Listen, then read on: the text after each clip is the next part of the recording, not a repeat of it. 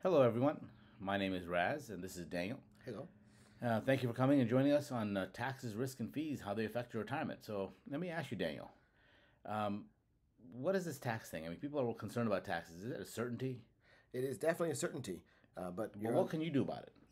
most of the people on this webinar, we can save over $1 million in taxes by working with us. Wow. So, just by working with you, people can save about $1 million in taxes. In most cases, yes. Okay. And what's this risk thing? I mean, I thought you got to take a risk to make any kind of gains.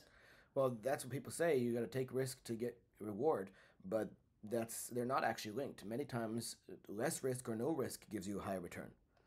And you don't have any choice but to pay fees because somebody's got to manage your money, right? Yeah, well, you might think that just a 1% fee is reasonable, but a 1% fee can eat away 31% of your growth over time. You got to be kidding me. So we're going to talk about that as we move forward here. All right, so welcome to the seminar. This is about us. I'm there right there in the center with all the kids. I have 13 children. Yes, I do know how that happens, and people keep asking me that anyways. I'm right in the middle, and Daniel is my eldest son, and sent him to law school. He became a lawyer and started his own family. And I have my wife and 2 kids here as well. All right, so when we're not doing this, financial planning and retirement planning, I own Conquer by Love Ministries. It is a nonprofit, 501c3 nonprofit. My wife and I and Daniel started this probably about 17 years ago. And what we do is we help parents have some tools and skills necessary to raise children and avoid some of the emotional challenges and baggage that people have. When we adopted 8 children, we went through a lot of challenges and things to find out how to resolve some of the emotional challenges that children have and help them to grow more mature. ConquerByLove.org. And these are our firms, Higher Ground Legal and Higher Ground Financial Group. It says 99% virtual because we do teach this seminar in person around the country at various times, but all of our client meetings are virtual. Everything's on Zoom. We have Higher Ground Legal, which is my law firm for estate planning and tax advice, and then Higher Ground Financial Group, which is our retirement planning firm for risk management, income planning, and so on. And what do we do for our clients? We really focus on those 3 biggest killers to retirement, like Raz was mentioning at the beginning: risk, fees, and taxes. If you can get rid of risk, fees, and taxes, reduce or eliminate it as much as possible, it increases everything else. It increases your income, it increases your protection, it helps you pass more to your family. And, it does give you a peace of mind that you can spend more and be able to enjoy your retired life as opposed to always not being sure whether you have enough money. And we are fiduciaries. What does that mean? Fiduciaries means that everything we talk about will be in your best interest at all times when we're talking one-on-one with you. This, however, is a webinar, so this is not in your best interest. This is more just information. It's a class. Yes, and when we put together a plan, we want to show you what a difference it makes with us versus without us. Right now, out there on your own, your life expectancy is like here. With me, it's here. Without me, here. With me, without me. With me, without me. So, I wouldn't advise going home, but it's up to you. So this is from Night and Day. It's a very good movie. It's a lot of fun. And this is not really your life expectancy. We're talking about your money's life expectancy. We want your money to last a lot longer than otherwise it would. And we're going to show you how to do that. So first of all, there's this guy here. Anybody recognize him? You can put in the comments chat if you recognize him. I see there's a couple Star Trek fans here. Somebody said Data. Yes, this is Lieutenant Commander Data, the android from Star Trek. And if you're a Star Trek fan like me, then you know that with just the first part of the picture, which was insufficient data. Insufficient data leads to poor choices, and we want you to have all the right tools to make good decisions. And so we'll talk about that as we move forward here. So we're going to give you a lot of data today. We're going to speak fairly quickly, but you can come back and rewatch it and slow it down if you like. This is a tin can. Everybody recognizes a tin can. We don't have a label on it because nobody's sponsoring the show. But anyways, we're used to this. But what is the story behind a tin can?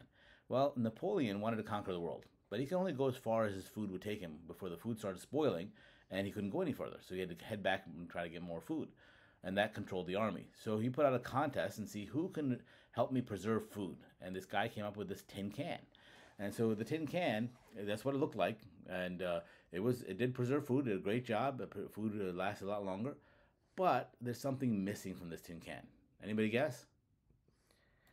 The can opener. Yes. So they did tell you the instructions were use a hammer and chisel in the beginning, and that would ruin some of the food and destroy some of it. But anyways, the can opener came 50 years later, almost 50, 48 years later. That's sort of like you guys, right? You've been working hard, saving all your life for 50 years probably, and now it's time to retire. How do you take your money out of this can that you've been stuffing it into, tax deferred, for your whole life? What's the most efficient way to take the money out with the least amount of taxes, fees, and risk? And that's what we're here for. So what's our agenda for today? We'll start with a quick market update, and we'll be focusing on taxes throughout. We'll talk about the new tax laws and how they affect retirement, and we'll talk about some estate planning tips and tax advice at the end. And then we have time for question and answer at your convenience, so you can click the link that pops up on your screen to schedule a meeting with us, and it'll be a one-on-one Zoom call for your specific information.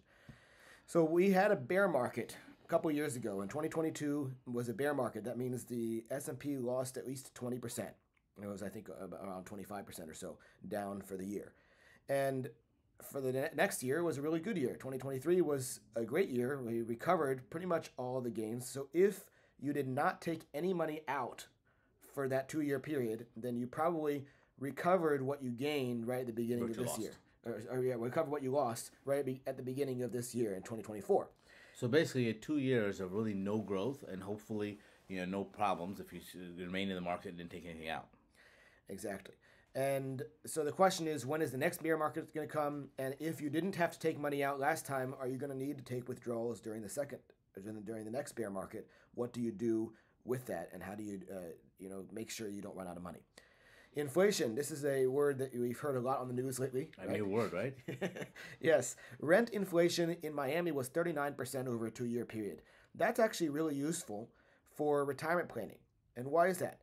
Well, when you have rental properties in retirement, your mortgage can stay relatively the same, but the rents go up each year, and that's a very good inflation hedge for retirement income. So we do like rental properties. This is what I would call a contract asset, right? And we'll talk a little bit about that in a few minutes. And then bonds, traditionally when the market's being really crazy, going up and down a lot, people move to bonds for safety. But bonds have been losing money a lot because interest rates are going up. Why is that? So when you buy a bond, let's say you buy a bond at 2%, and now the Federal Reserve raises interest rates to 3 or 4 or 5, now people can buy new bonds at a much higher rate. So the bond that you own loses value, becomes worth less than it was when you had it.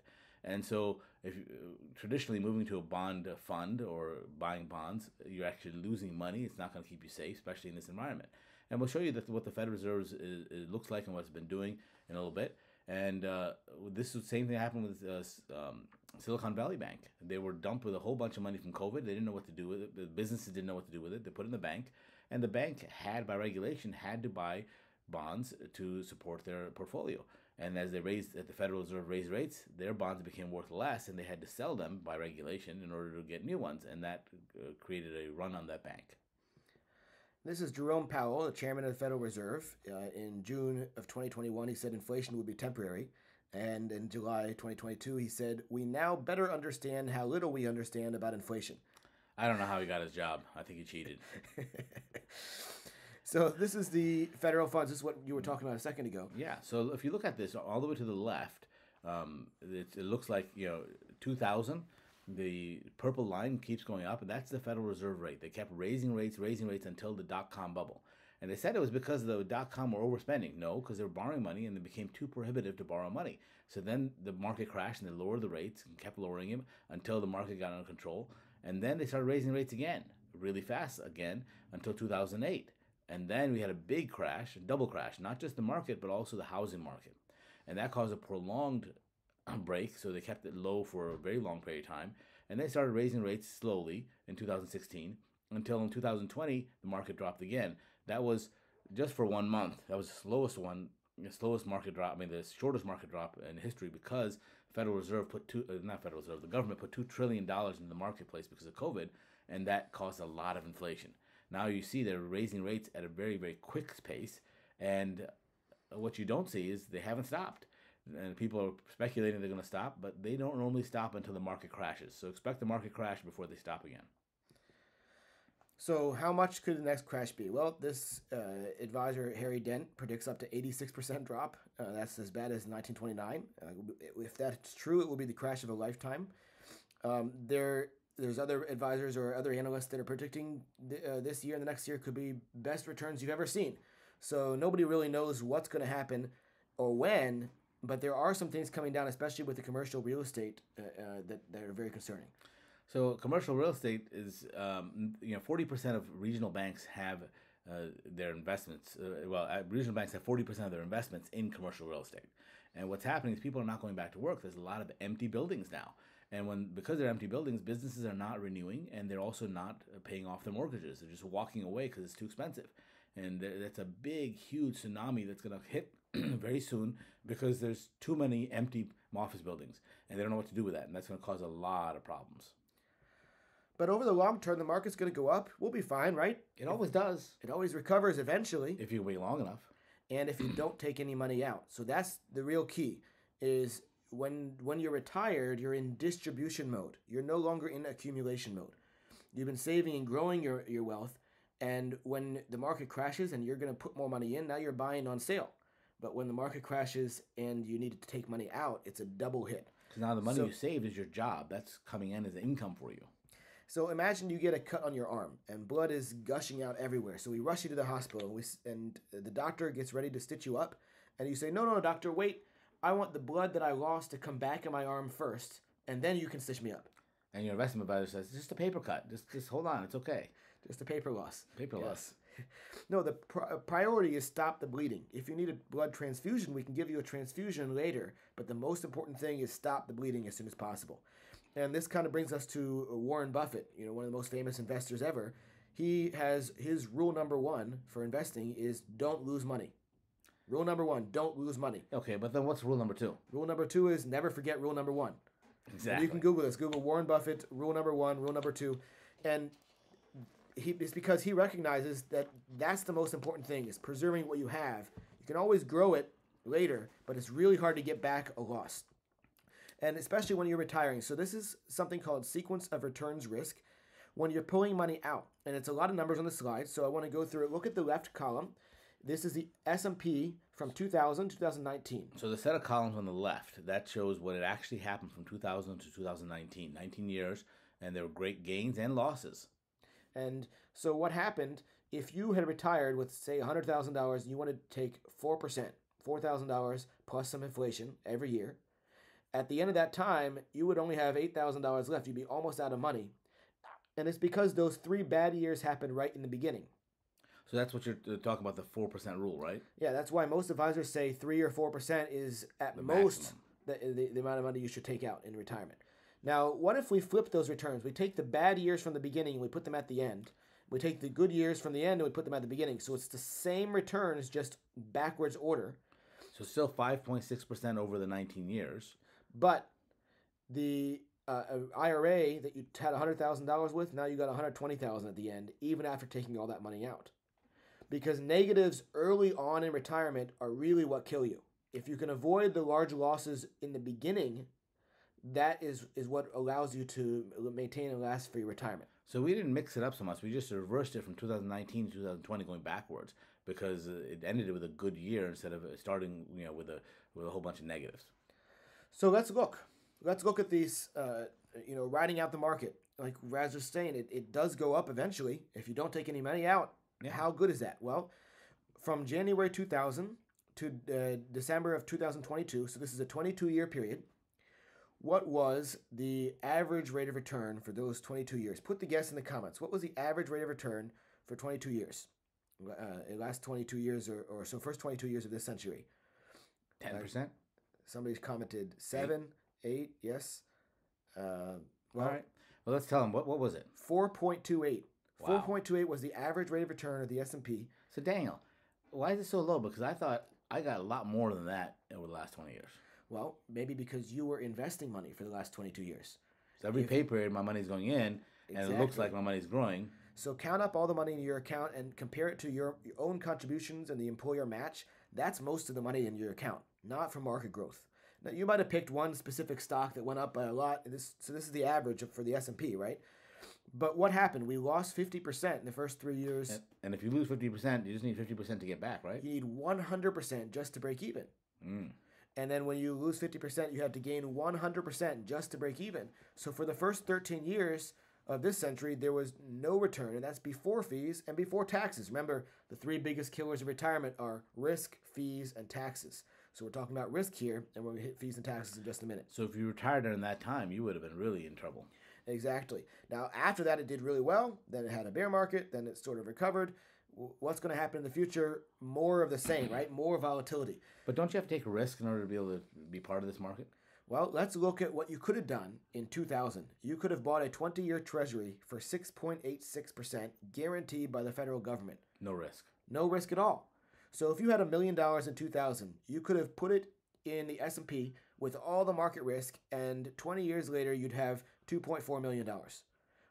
But in 20-year treasuries, you would have guaranteed $3.7 million with zero market risk. So Daniel, are you telling me to take all my money out and put it in treasuries? That might have been a great idea back then. The point of this slide really is to show you risk and reward are not linked. Not always linked. Not always. So many times taking less, or in this case taking no risk, would have given you a better return. So we got to balance out risk and reward. So but somebody trained this puppy to really take a look at the shell game and figure out how to play this game. And look, this is a pretty smart puppy. What do you think? Did he find it? Yes, he found the treat. Wow, good dog. Now look what you missed out on. Oh, man. Now watch, he's going to spit it out. He doesn't want the treat anymore. So I don't think he was trained to spit it out, but that's really our nature is to, make a change. Once we've decided something else happens, we want to change it to something else. So hindsight is 20/20. We can take a look back there and see, we missed out on this or this or this, but that is irrelevant. We got to go forward looking at what the actual facts are and make better decisions, and we're going to help you do that. But Raz, you just picked a perfect time in history to make that point, right? You were course, cherry picking. Of course. Well, let's look at a different time period. So this is every 15-year period since 1996. Yeah, this is going to show 12% at least. Well, only one time was it even above 8%. Wow. It never got to 10 or 12% average return over a 15-year period. So where is this myth that you're getting 12% rate of return in the market? People remember the really good years, and we tend to block out the bad years and not remember them as much. The average for this, all 13 different periods, was 5%. Wow. And before we had the 13-year period of zero returns that we talked about just a few slides ago, we had a 26-year period of zero returns. Before that was a 52-year period of zero returns. Imagine putting $1 in, waiting 52 years, and you still have just $1 of buying power. That's crazy. During that time, there were certain small periods of time that the market did really well. But the question is, how are you positioned for when it doesn't, when it starts to lose? Right. So the bear markets, we talked about that. If it loses at least 20%, that's the bear market. So this is all the bear markets in history except for the one from last year or the year before. And what's important is that they last about a year and a half. It's not just one day in the market that is bad. It usually lasts about a year and a half, and it takes 5 years to recover, right? So you're looking at 6.5 years without a gain. And if you just retire, that's 6.5 years of lost revenue. And in fact, while you're eating up your revenue, you're not making anything. Exactly. So what do? What's the solution? You diversify, right? Yeah. I mean, if you got all your money in this boat, the best thing to do is diversify. Let's buy four new boats and diversify. Put our money in 5 different boats now instead of just one. That's diversification, right? Well, what's wrong with this picture? Well, if you have a tsunami, they're all in the same pond. There you go. So you can't, this is not really diversification, but this is what your investment advisor will tell you to diversify. That's not really diversification. There's two different kinds of diversification. One is asset diversification, and I talked a little bit about that earlier with a contract-based asset. So most people have all their money in market-based assets. That's opinion-based. That means somebody else's opinion decides how much your stuff is worth, even your house or anything else. So like a car, or stocks, bonds, mutual Absolutely. funds. That's all somebody else's opinion. And then there's contract-based assets. Contract-based assets are based on a contract. You know what it's going to be, like your bank account. You're not going to show up and knowing that it's 10,000 and the bank says, well, our opinion today is it's only worth 4. You go ballistic. Yeah. And same with the rental contracts, same with annuities or life insurance or any contract you have, those are contract-based assets. Or treasuries would have been a contract, which showed that example, would have beaten the S&P. So again, insufficient data. And the other kind of diversification I didn't mention is tax diversification. Mm-hmm.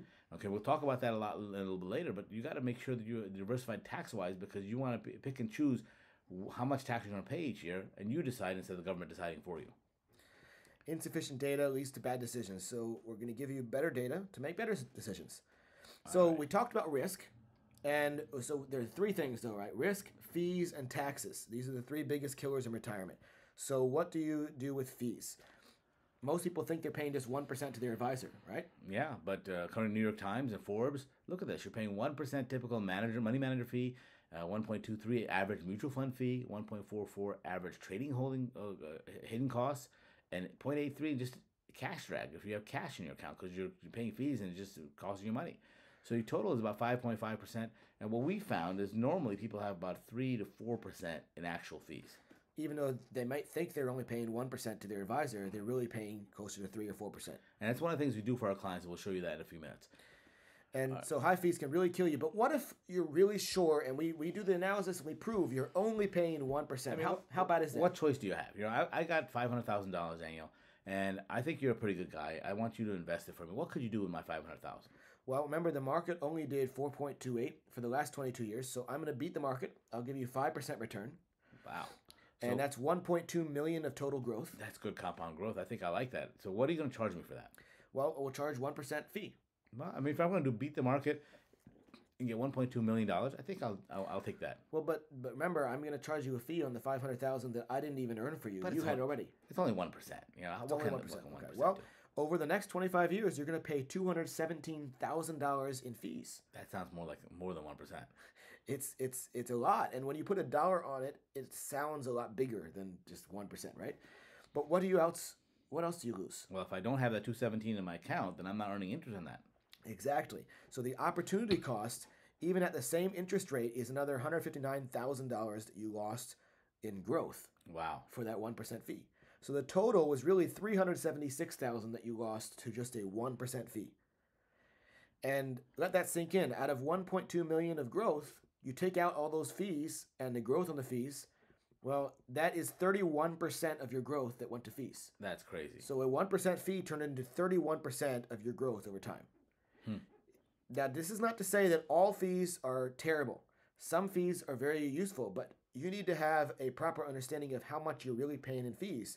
What is your benefit? If you're going to pay $376,000 to your advisor, you want to make sure you're actually getting more than $376,000 worth of value, right? Or they're related to you. Yes. All right. Let's move on. So here's the case study. Bob and Carol, clients of ours, not their real names. They had a pension and Social Security, and they came to us. They had $1.6 million of assets that they were not spending because they were worried about running out of money, worried about long-term care, other things. And they were really sure they were only paying 1% in fees to their advisor. And when we put them through our calculators and our analysis, we found that they're actually paying 3% in fees. And it's right there, 3% in fees, which is $49,000 a year. That's a lot. It's like college tuition every year. And then they also were exposed to a potential $790,000 loss in the next bear market. And that's why they didn't want to spend any money. And so to recover from that, they need to gain 97% just to break even before they start spending money. So we were able to reduce their fees quite significantly. It's still about 1%. It's a little too high. We're going to try to get it down further. But that's a huge savings. And the most important thing is we got rid of the risk down. So the most they could ever lose in a bear market would be $150,000, which they only need 10% return in the next year to break even. And they're a lot more comfortable with that. So now they can spend more freely with less stress. So they chose to stay with their current advisor and have their money there, which is fine. We don't want to manage the money, but what we did do is identify and get rid of the fees that they didn't need to pay. So here, now we talked about risk and we talked about fees, and now we'll get to taxes. Finally. So, yes, it's the tax seminar, right?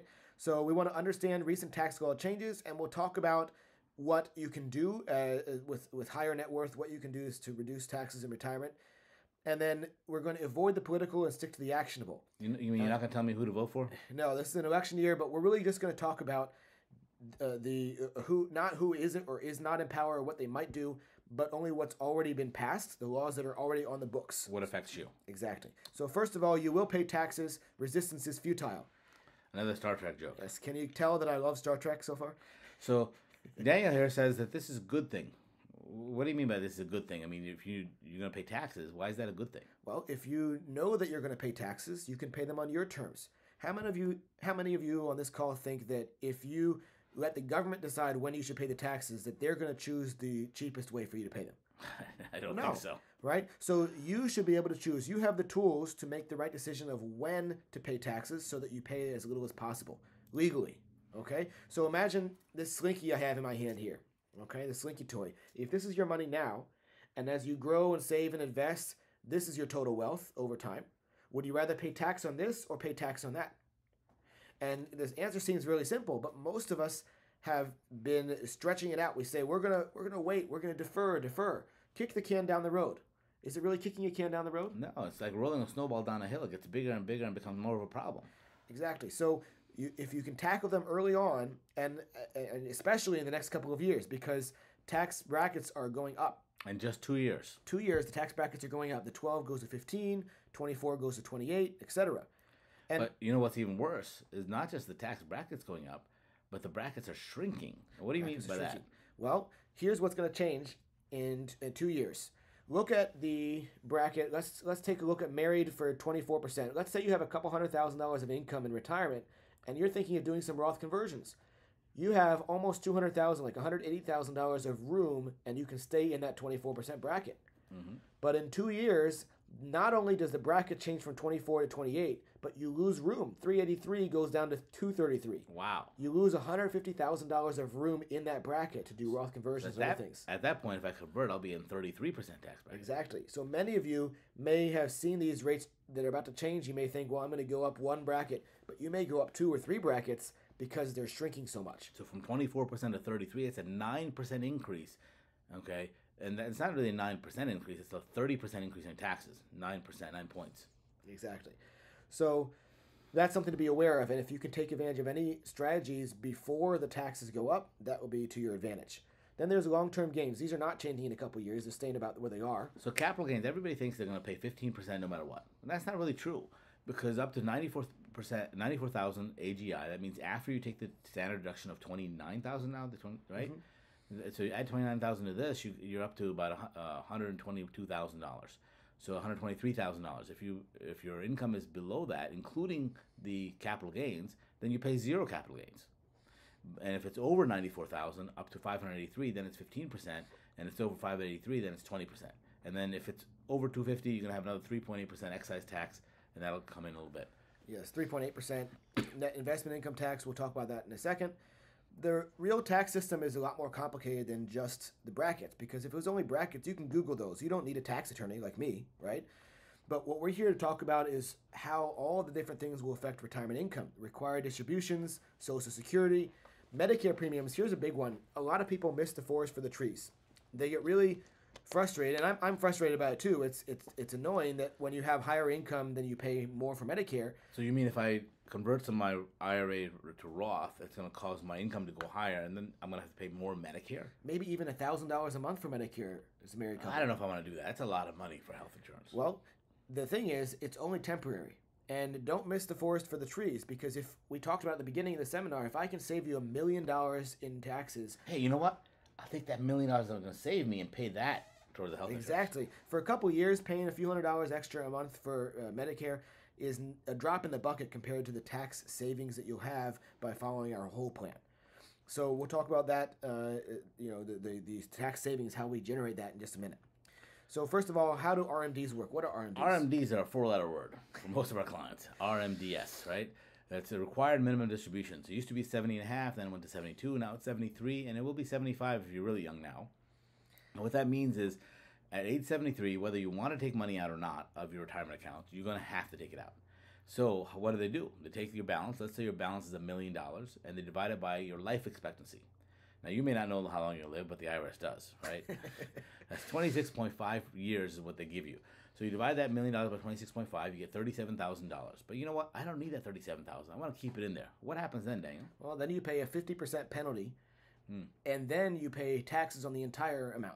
$37,000, even though half of it went to penalty anyways. Exactly. So, folks, you got to take that money out. Otherwise, the government gets about 90% of it. You don't want to do that. And some people ask, can we take this money and use that as a Roth conversion? No, you cannot. You got to take it first, and then if you want to do a Roth conversion, you do it after that for something other money. So what happens is every year your factor goes down a little bit, and when you're dividing by a smaller number, then your amount that you're taking out becomes larger. So every year you're taking more and more out. All the way up to age 120, then you take half of it out every year. Yep, that's it. So then there's capital gains. So mutual funds can cause phantom gains. What are phantom gains? Well, factor gains are gains. I mean, most of you have gotten a 1099, right? And you didn't spend any money. Yeah, so maybe you got a 1099. Maybe even in the bear market a couple years ago, you got a 1099 for gains that you had to pay taxes on, even though you lost money. So how'd that happen? So what happened is your mutual fund manager saw that, and he was a good guy, and he decided, well, I'm going to sell some of the things that have a really high gain and buy some things lower. But he doesn't pay the capital gains on that. He passes that on to you. That's called mutual fund pass-through gains.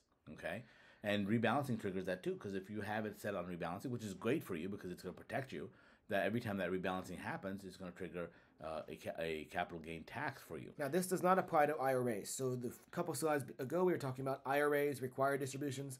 This is for money in your brokerage accounts that's not IRA or 401k money. Right. And then if you get in these 1099s, this can actually create long-term or ordinary income tax. So these long-term capital gains that you got could actually increase your income tax because you have to add that 1099 to your income. And so we'll talk about how that cascading effect works in just a minute.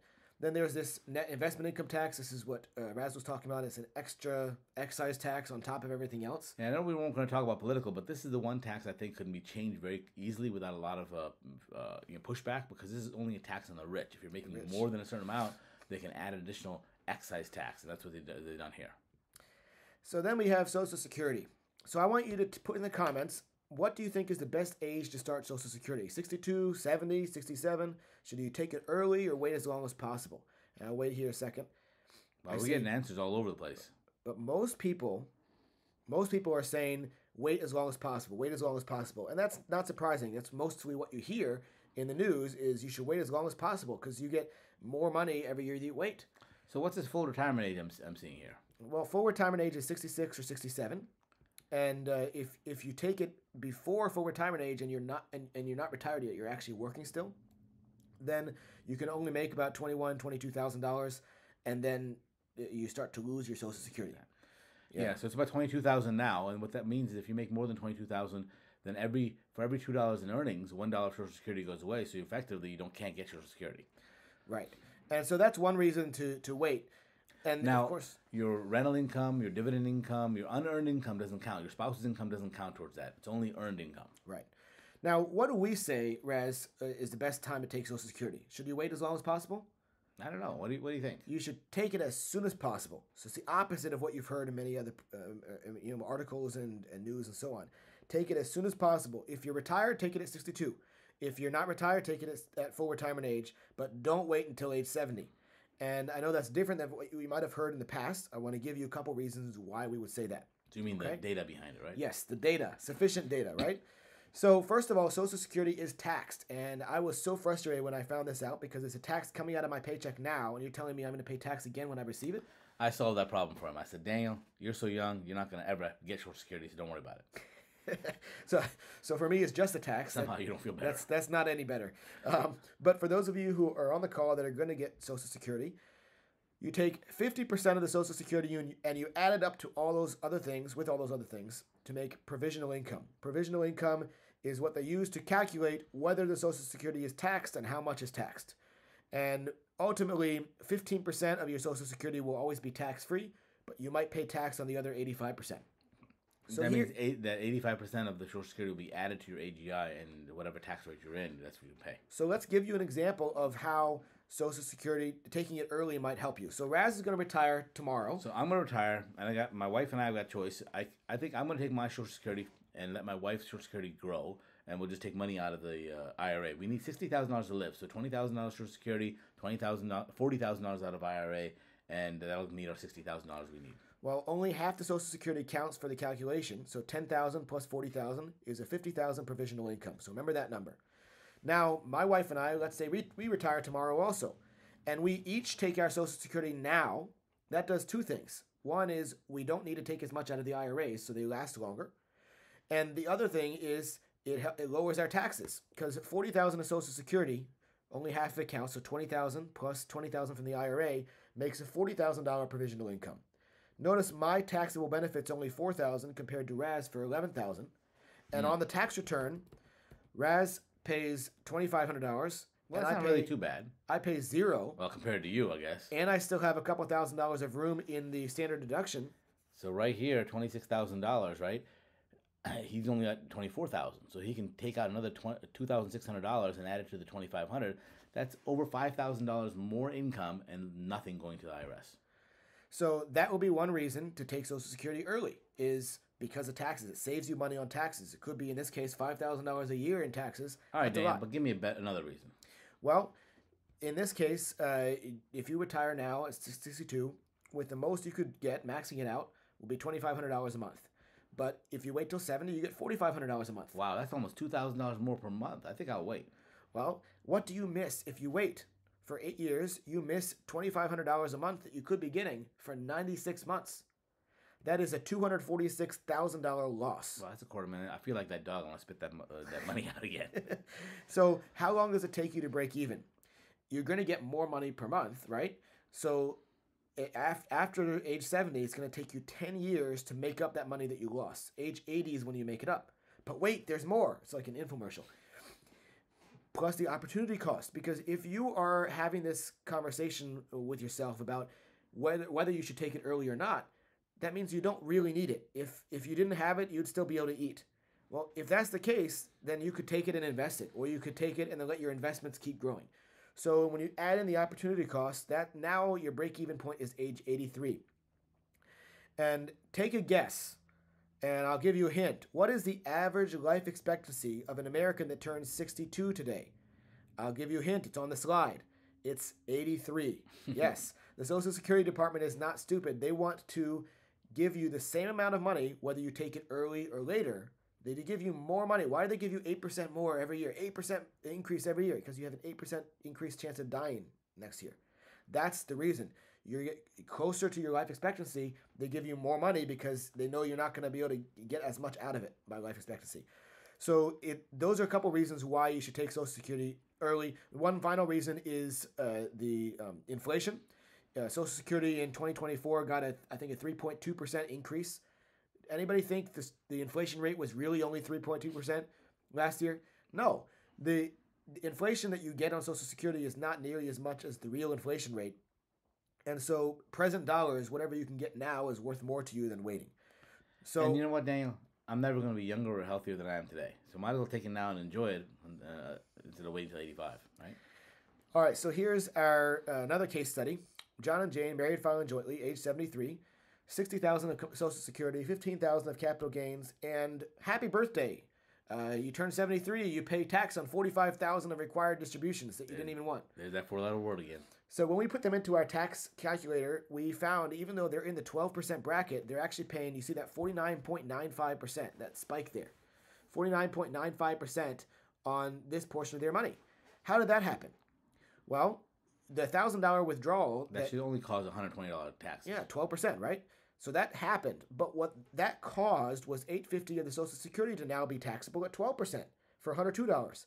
And that caused $1,850 of capital gains to be taxable at 15% for $277.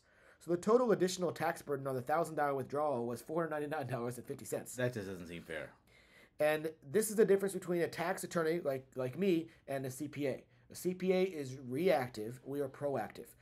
CPA, here's what you owe. Write the check. Exactly. And with the tax attorney, what we do is give you proactive things to reduce and eliminate your taxes in the future.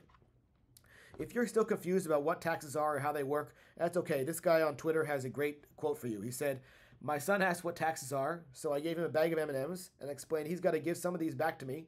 I know how much he has to give me, but he has to guess himself. And if he gets wrong, then he goes to prison." And he can change the rules at any time he wants. That's the government for you. Yes. So what are some tools for higher net worth families? So for people that are not the average person, that, have more savings, what do you do? And one thing is diversify. Diversify among account types. We talked about diversify between contract and opinion-based assets, but this is diversification for taxes. Yeah, you got IRAs, you got Roth, non-qualified taxable, tax-free accounts, real estate. All those are taxed differently, Daniel. And having them in different accounts is really beneficial. Why? Well, this way you can use tax-deferred products only where appropriate, and you can blend withdrawals from different accounts. So if you have a choice of where to take the money out each year, then you can choose the best tax environment for that. Depending on what the taxes are this year, right? Exactly. All right.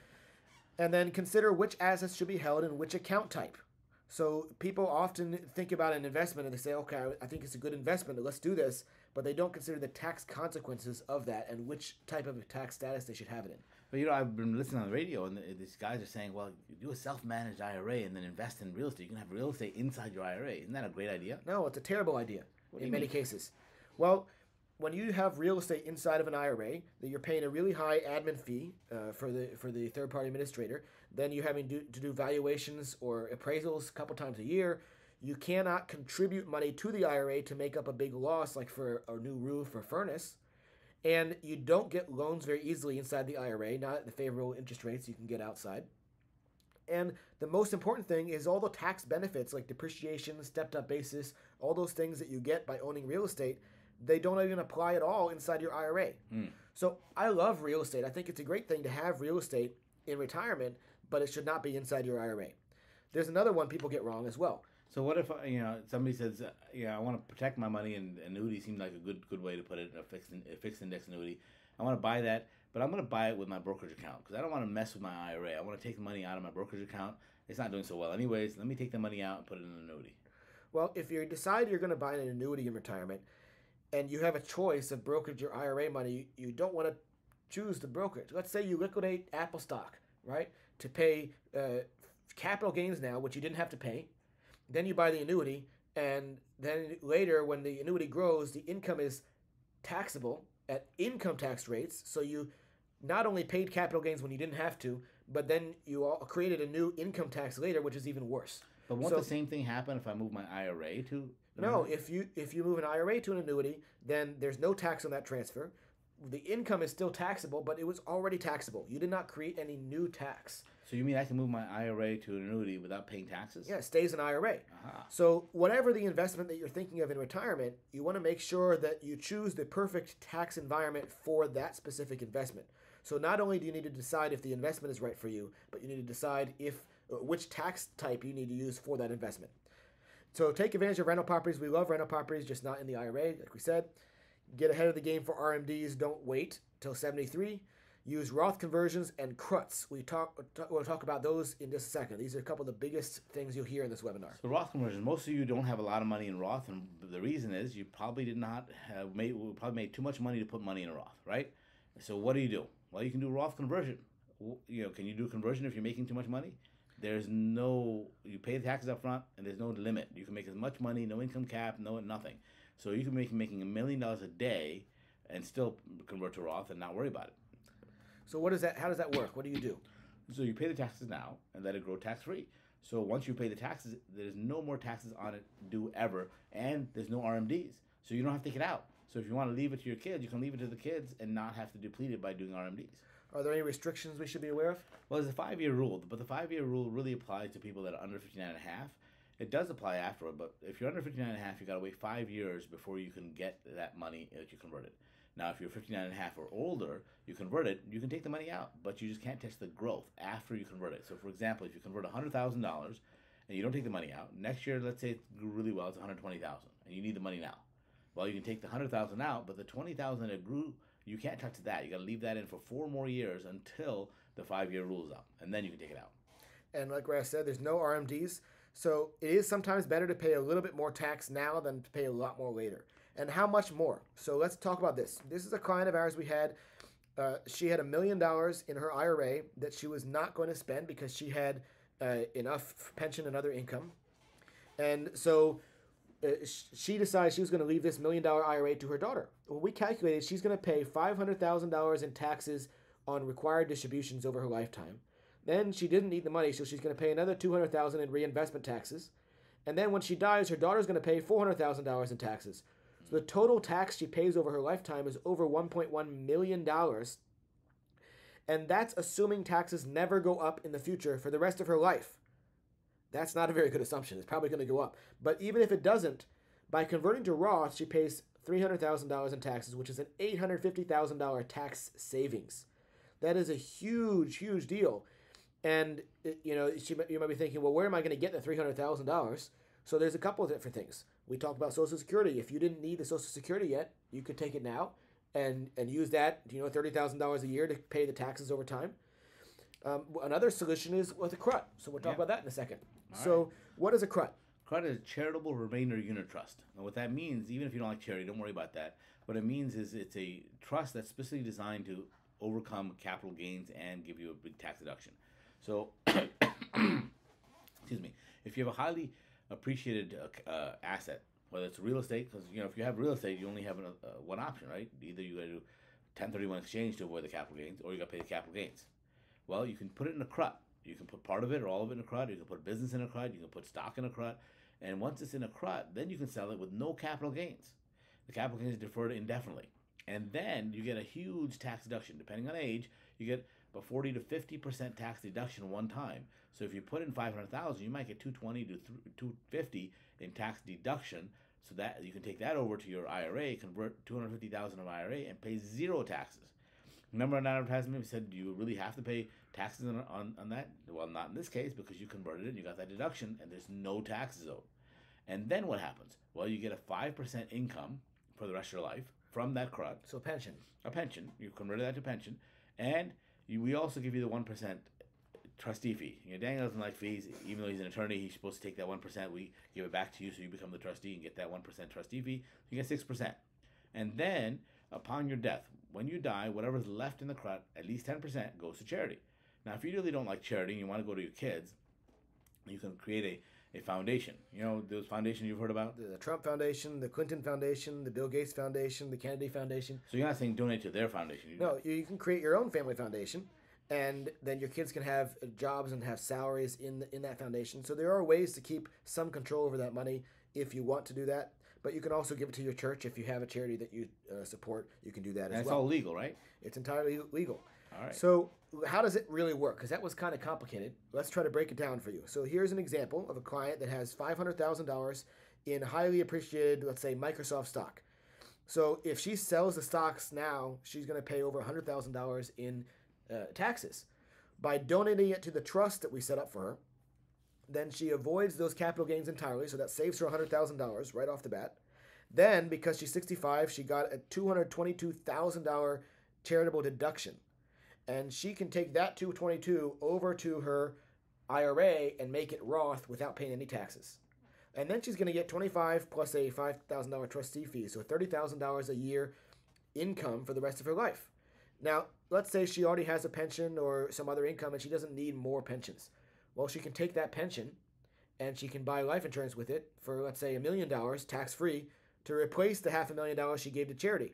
So if you want to leave the money to your church or whatever, you can still have a life insurance policy to leave to the kids. So basically what she did is take that $500,000 that's taxable, convert it to $1 million tax-free, and give it to the kids. And converted some of her IRA to Roth with no taxes. What a deal. So there's the rules. A lot of things you can do when you know the rules, right? So now we'll have a pop quiz here. How high have taxes been historically? What is the highest tax bracket we've ever had in this country? Currently, the top one is 37%. So what is the highest it's ever been? And I've seen some guesses come in here, 50%, 60%, 80%. Wow. I mean, are we a communist country paying 80% taxes? Well, actually, you're pretty close. It's 94%. 94% was the highest it's been around World War II. And even after that, it was 90% for a while, and then it went down. But a lot of people are shocked about that. But what they don't realize is even if you have less of an income, one of the lower tax brackets, $10,000 of income, even back then was 40%. So that lower bracket was higher than the highest bracket is today.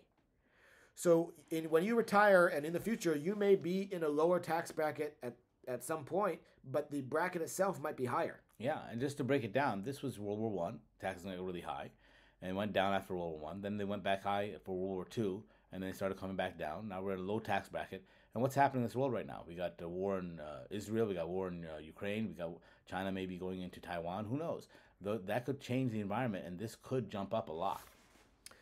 So be aware and be ready to pay a little bit more tax now instead of paying a lot more later. Again, insufficient data causes undue stress. We don't want you to be stressed. And Raz, how do you get rid of stress in retirement? What are the 3 things that you can do? You got to get rid of risk, taxes, and fees. Because the more you get rid of that, the less stress you have. Exactly. Risk, fees, and taxes. Get rid of those. That helps have a stress-free retirement. What if I want to give my money to my kids? I mean, is that a good idea? Well, there's more tax now to worry about. On top of the other taxes we talked about.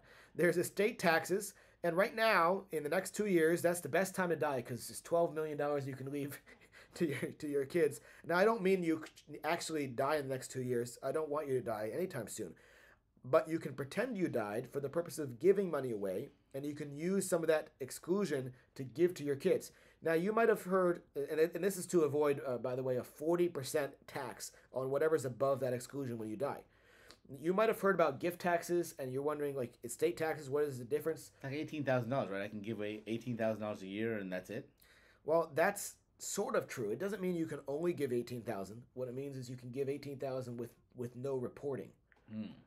So you don't have to report any money if you're giving $18,000 to your kids. So if I want to give $100,000 or $1 million away, then all I got to do is report it. Nobody pays taxes? Exactly. You just file a gift tax return and nobody pays any taxes, but you've used some of your lifetime exclusion, which is currently $12 million. So all I'm doing is telling the IRS that I've already used part of my $12.3 million exclusion while I'm still alive. That's it. Exactly.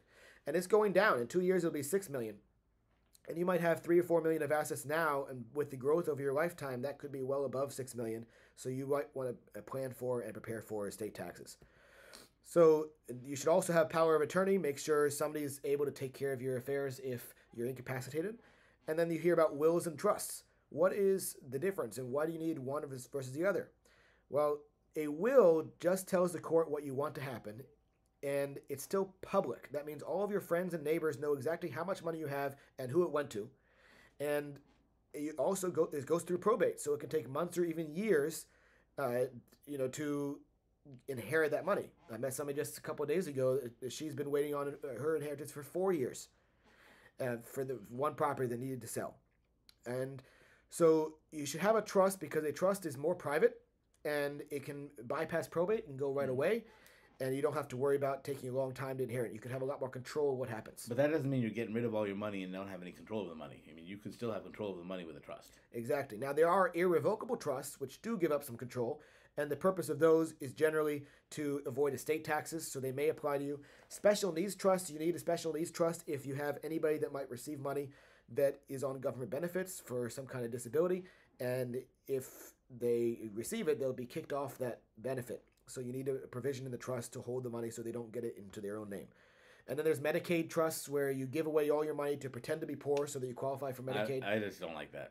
I'd rather you be wealthy and not be poor. So we'll help you focus on solutions to still pay for long-term care without having to do those Medicaid trusts. And then there's CRUTs, like we just talked about, the Charitable Remainder Trust. Beneficiary designations trump everything. We ran into this just, again, we do every so often, but just a couple weeks ago, there was a client that came into our virtual office for the Zoom call, and he said, he has to do the analysis for him, and we found he had gotten divorced about 15 years ago, given half his money to his ex, and he had not changed the beneficiary on his 401k. So even with the best estate plan, the best will and trust, when he dies, his ex is going to get the other half. And that's crazy, and he was very surprised to hear that. That's one of the things we do when we do the review. He thought he changed the beneficiary, but when you did the review of his paperwork, you saw that it wasn't changed. Exactly. So it's important to look. It doesn't matter what the will and trust says. The beneficiary is the most important, so get that changed as well. So what types of assets can you leave? If you leave real estate, it's one of the best things to leave to your kids. Same thing with mutual funds, stocks, and bonds. You got to step up in basis of both of those things, so there's no taxes on those. No capital gains. And the only problem is don't put more than one person on the deed of an inherited property, and we'll explain why in a second. The worst thing you could leave to your kids in this tax environment is inherited IRAs. There's no structured IRAs left, so you got to pay all the taxes within 10 years with no choice. And you know what? When your kids inherit the money, they're probably going to be in their highest earning years in their 50s and 60s, and it's going to push them into an even higher tax bracket. The best thing you could leave to your kids right now is Roth IRAs or life insurance. Both of those are tax-free. They're the most efficient that you can transfer. So very, very useful tools to leave to kids. So why should you not leave your paid-off house to your 3 kids? Well, they look happy now. Well, one wants to sell it, one wants to rent it, the other one wants to move in, and now these are your 3 kids. So you don't want them all in one deed. Otherwise, they have to all agree before any decision is made. So either if you have multiple properties, you can leave one to each child, or you can have a trust that says you must sell the property and divide the proceeds, but have the control and have the plan made ahead of time of what you should do. And the trust can also dictate how much they get at a time, so they don't get all a bunch of money at one time and blow it or do something bad with it. Yes. So what are the other retirement pitfalls? Remember, the three biggest killers are risk, fees, and taxes. And risk is one of the, it's something that people often overlook, but it's like a tax. Yeah, and we argue that market risk is a tax because it's gone. So once you've paid that, lost that money in the market, it's not coming back. It's going to grow again, but that money that you lost is gone, just like you've paid the IRS. And then a long-term care cost, you should have a plan for long-term care. That doesn't mean you have to buy insurance. There's a lot of ways to plan for long-term care. Inflation is a big killer in retirement as well, and we'll talk about that one-on-one if you have some questions about that. Then there's boomerang children. Yeah, you paid for the children, you're taking care of them all their life, then you paid for their college, sent them off to college and got them a good degree, and then they come back. And so we have a solution for boomerang children. The kids won't move back home if they can't find it. And no, we don't sell RVs on the side. So, yes. But just a on that funny note, so this is the end of the webinar. If you want to meet with us, what would be the process if somebody wants to find out how they can reduce risk, fees, and taxes? They just click the link and make their appointment. It's very easy, and we assess your current situation. We identify all the different risks and help you understand what they are, and then also to understand what your dreams are. What do you want to do, and put together some kind of an idea of what we can do for you. And this stage one of our plan, how much does this cost, Raz? Nothing. There's no obligation or cost to this. So you get a chance to talk to a tax attorney or myself and be able to answer your questions with no cost at all. And so after you do this stage one video call, if you want to move forward, then stage two, we have pre-qualification offer. Remember, with us, without us. With us, without us, right? So we give you a tax plan, a risk analysis, a fee analysis, an income plan. We discuss your estate planning strategies. And we talk about what our fees and costs are if you want to hire our firm. This whole plan will give you, and there's no obligation to use us, but we'll give all this information to you. So that's $6,000. It's a $6,000 plan. It's only $500 for those of you who are attending the webinar. And you don't have to pay me today. You can just click the link, get on stage one, have a free call, and then you can decide if you want to move to stage two. And Daniel, that $500, if we are not able to provide value, we'll give that money back to you. We want to make sure that there's value, that you feel that we've done the work and earned that. And you'll see that there's a lot of information you're going to get. And then if you decide, because it's not required, but if you decide you want to work with us after that, then you make your decision to work with us, and we'll talk about products and services and all that we can help with. Many of the changes that we make are very small. And many of our clients actually keep their other advisors. They're not getting rid of their advisor to work with us. We do things to supplement what you're already doing.